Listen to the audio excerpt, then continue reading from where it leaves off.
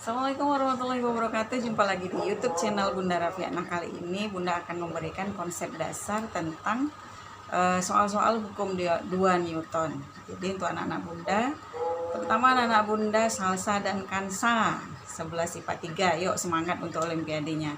Coba pahami apa yang Bunda buat ini, kemudian dicoba orek-orekan soal yang sudah Bunda buatkan. Semangat sayang. Oke, nah misalnya ada bentuk soal seperti ini. Dari gambar, tentukan percepatan benda untuk bidang licin, bidang kasar jika miukanya 0,2. Nah, kalau pertanyaannya seperti ini, otomatis benda bergerak. Oke, kita jawab. Apa yang pertama kita lakukan? Kita buat dulu gaya-gaya yang bekerja pada benda. Nah, apa saja gaya-gaya yang bekerja pada benda? Pada bidang datar itu ada gaya yang namanya tegak lurus terhadap bidang. Nah, ini gaya normal. Kemudian ada gaya yang selalu menuju pusat bumi, itu adalah gaya berat. Karena N dan W itu tegak lurus, maka N sama dengan W untuk bidang datar, sementara W adalah M kali G. Nah, pertanyaannya, berapakah percepatan benda apabila bidang licin? Oke, kita ambil kasusnya satu persatu. Jika licin, apabila licin, ini kita anggap licin, maka tidak ada gaya gesekan. Di sini tidak akan ada gaya gesekan. Ada gaya yang mempengaruhi gerak benda adalah gaya F. Gaya F yang kita beri nilai 10 Newton. Oke, maka kita masuk ke sigma F sama dengan M kali A. Kenapa Bun pakai sigma F sama dengan M kali A? Karena ini otomatis benda bergerak. Kita pakai sigma F sama dengan M kali A. Kalau bendanya tidak bergerak, kita pakai sigma F sama dengan 0 atau hukum 1 Newton. Kita masukkan nilai F sama dengan M-nya 2, A, F-nya adalah 10, 2A, maka A bernilai 5 meter per sekon kuadrat. Nah, ini untuk kasus bidang licin. Bagaimana jika bidang kasar? Nah, bagaimana dia jika bidang kasar? Oke, bendanya tadi bernilai 2 kg, ada gaya 10 Newton, bidangnya kasar. Nah, tadi gerak benda ke kanan karena ada yang mendorong 10 Newton. Kalau bidangnya kasar, otomatis ada yang menahan benda untuk tidak bergerak atau terjadinya gesekan antara bidang datar. Ada gesekan di permukaan. Maka arah gaya gesek selalu berlawanan dengan arah gerak benda. Nah, ini selalu berlawanan dengan arah gerak benda. Nah, itu adalah konsep. Jadi kalau konsepnya seperti itu bagaimana Bun? Otomatis. Nah, di sini. Nah, ini. Oke, berarti di sini ada gaya gesek kinetis. Oke. Berarti ada gaya yang berlawanan. Gaya dorong sebesar 10 Newton dan ada gaya gesek kinetis. Sigma F sama dengan M kali A. Oh iya, jangan lupa tetap dibuat gaya normal tegak lurus terhadap bidang, kemudian gaya berat. Sigma F sama dengan M kali A. Sigma F nya yang mana Bun? Kan semua gaya. Sigma F itu artinya jumlah semua gaya. Berarti F dikurang FGK sama dengan M kali A. Kenapa dikurang Bun? Karena arahnya berlawanan. Gaya gesek selalu berlawanan dengan arah gerak benda. 10 dikurang FGK nya berapa? Kita cari dulu nilai FGK. Mu K kali N. Mu K karena N nya adalah M kali G. Nah, kita masukkan nilai mu K dari yang diketahui itu 0,2. M nya 2, G nya 10. Maka ini bernilai 4 Newton. Kita masukkan ke sini. 4 sama dengan 2A. 10 kurang 4, 6 sama dengan 2A. Maka A-nya bernilai 3 meter per sekon kuadrat. Nah, dari sini terlihat bahwa pada bidang licin percepatannya pasti lebih besar dibanding bidang kasar. Kenapa Bun? Pada permukaan kasar. Kenapa Bun? Karena pada permukaan kasar tuh ada gesekan. Oke, itu untuk soal yang pertama. Selanjutnya, kita masuk pada soal yang kedua. Nah, selanjutnya bentuk soal seperti ini. Kalau bentuk soal seperti ini, kuncinya ingat bahwa kita harus buat semua gaya-gaya yang bekerja. Oke, yang pertama, jadi pengembangan soal itu dimulai dari dasar, dikembangkan, dan dikembangkan. Ingat kalau pada bidang licin tidak ada gesekan. Nah, kita mulai dari pada bidang licin. Oke, di sini tadi ada 2 kg, ada gaya dorong 10 Newton, kemudian ada gaya tarik 5 Newton, apalagi gaya yang bekerja, ada gaya normal, kemudian ada gaya berat. Sigma F sama dengan M kali A. Apa-apa saja gaya yang bekerja, kalau bentuknya seperti ini nih, otomatis benda bergeraknya ke kanan, karena gaya yang bekerja nih ada dua, ada yang menarik dan ada yang mendorong. Berarti 10 Newton ditambah 5 Newton sama dengan 2 kali A.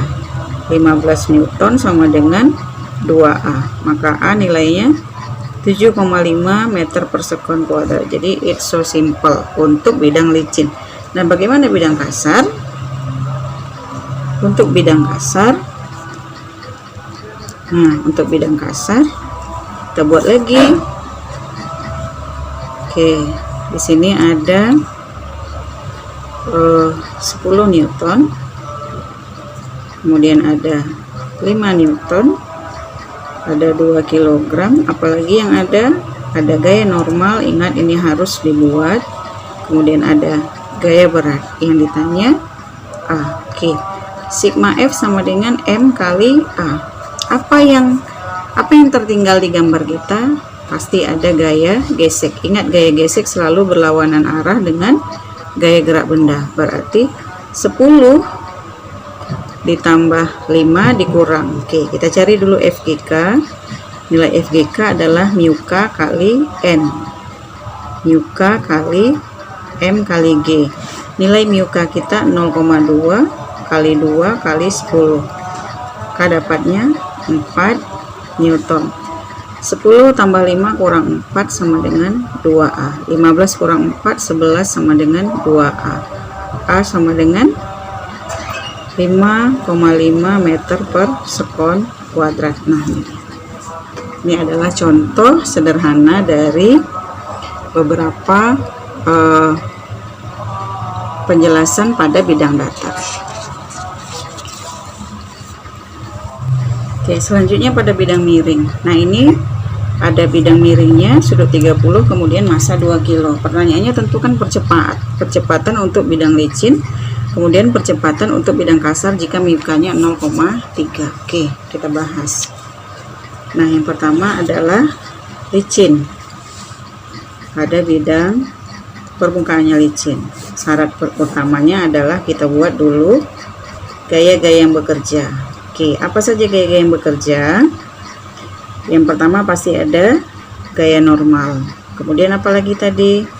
Ada gaya berat, gaya yang selalu menuju pusat bumi. Gaya yang tegak lurus terhadap gaya normal itu namanya W cos theta. Kemudian gaya yang membawa benda turun namanya W sin theta. Jadi gaya yang selalu membawa benda turun namanya adalah W sin theta. Kita masukkan ke sigma F sama dengan M kali A.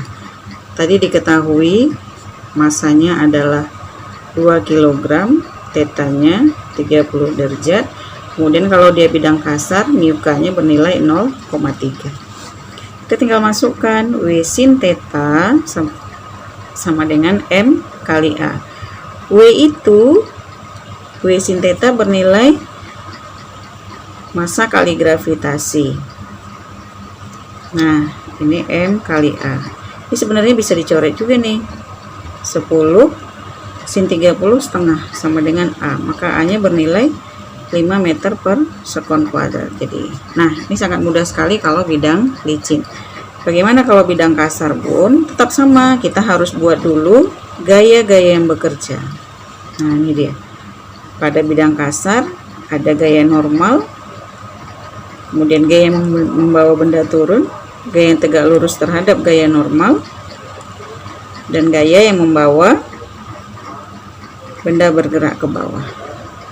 Nah, karena ini bidangnya kasar, otomatis ada gaya gesek.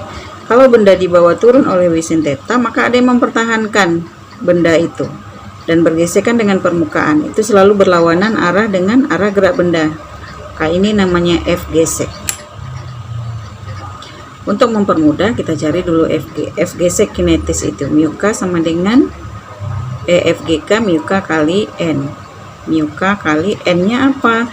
Pada bidang datar, N itu sama dengan W. Ini untuk bidang datar. Sementara pada bidang miring, N itu sama dengan W cos theta. Nah, kita masukkan W cos theta. Mu K bernilai 0,3. W-nya adalah massa kali gravitasi 2 kali 10 cos 30.